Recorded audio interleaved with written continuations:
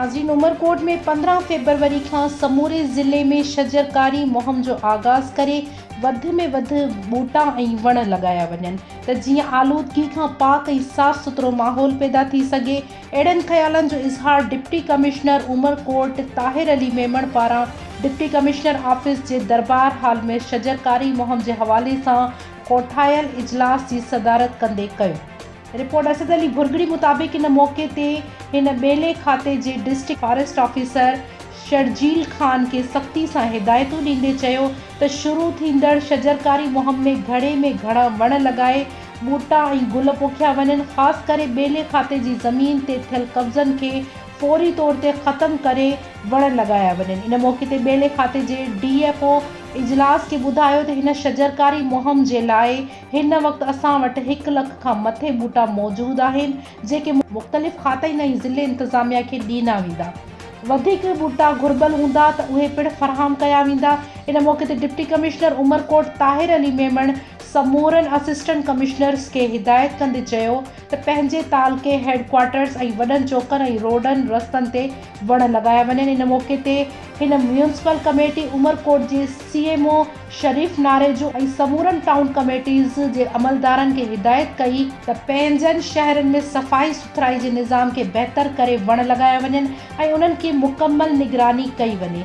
इन मौक़े ते हिन DO तालीम ऐं ज़राअत खाते जे अमलदारनि खे हिदायत कई त स्कूलनि ऐं ज़राअत खाते जी फील्ड में वण ऐं बूटा लॻाया वञनि। इन मौक़े ते हिननि वधीक चयो त हिन मुख़्तलिफ़ खातनि ऐं समूरनि NGOs जे नुमाइंदनि खे शजरकारी मुहिम में वण लॻाइण जे हवाले सां टारगेट ॾिनो वञे।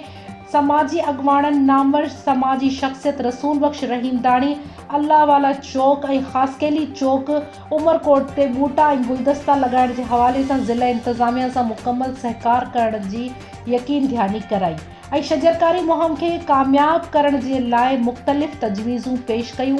इन मौक़े ते डिप्टी डायरेक्टर सोशल वेलफेयर सुरोप चंद माली, समाजी अॻवान बंसी लाल माही, मीर हसन आरीसर, इम्तियाज़ खोसो, गुलाम अली चकराणी, मैडम राबिया अब्बास समेत ॿियनि पिणु शिरकत कई। इलाइक़े जी सब्ज़ी खपे, भाॼी खपे जी पाण सम्झो त डेज़र्ट में हिकिड़ी में वेठा आहियूं ऐं जेकॾहिं हिते बि गंदे पाणीअ जे नालीअ ते अगरि असांजी सब्ज़ी थिए त पोइ त साईं इंतिहा कोई लफ़्ज़ कोन्हे, उहो इंतिहा इन नर्सरी आहे कंहिंजी इहा मूंखे करायो इंशाअल्लाह ताला साईं तव्हां इहा विज़िट करियो, हिनखे स्टॉक करायो। जेकॾहिं हिन पाणीअ ते हले थी बंदि करे वञे कंहिंजी मुंहिंजी असांखे ज़रूरत न आहे। जेकॾहिं असीं माण्हुनि खे पंहिंजे बीमार करियूं पाणी तव्हां जेको तव्हांजो ॿियो वाटर सोर्सिस आहे उन ते हलायो त असां तव्हांखे रोज़ी ते लख कोन था ॾियूं, उहो तव्हां हलायो। बाक़ी जॾहिं हिते वेही असीं उमरकोट में वेही भाॼियूं गंदे पाणीअ ते वेही खाऊं त पोइ त ख़तमु ॻाल्हि थी वई। असां मटन कोन था खाई सघूं, असां चिकन कोन था खाई सघूं, असां छा त खाऊं? इन्हनि सब्जियुनि ते चवंदा आहिनि गाह खाओ, गाह खाओ तव्हांजो पेट घटिजे, इहो गाह खाऊं।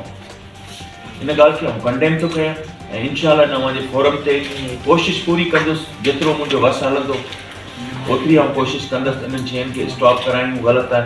ॿियो त मूं AC साहिब खे 4-5 ॾींहं पहिरीं चयो त अलावा गोश्त फ़रोख़्त थिए पियो उते छेला कुझजनि पिया, पोस्ट कर असांजे लाइ छाजे लाइ। जॾहिं आउं AC हुअसि त इहो मूं शुरू करायो पोस्ट। यादि आहे मुंहिंजो सर शिफ्ट कंदो पाण लॻियल हूंदी पोइ असांजो कमु ॼाणो पोइ तव्हांजो लॻाइण खां पोइ फेल थी वेंदो।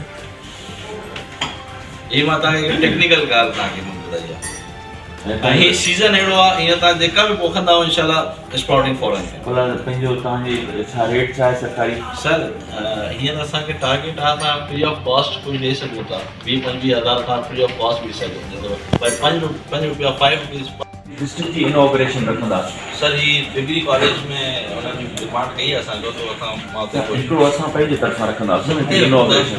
पोइ किथे रखूं था अॻे? जी असां किथे रखंदा आहियूं नेक्स्ट वीक में सर या पंहिंजे DC ऑफिस जे साम्हूं हिते रखंदासीं या किथे ॿियो हलो हिते असांजे ऑफिस में रखूं त मेन सही थी वेंदी आहे। बाक़ी कमिश्नर साहब आया त पोइ उहो तव्हांखे ॿुधाए वठंदासीं त किथे था कयूं। शुरूआत हितां 15 तारीख़ ॾींहुं कहिड़ो? 15 सर आहे अंगारवा।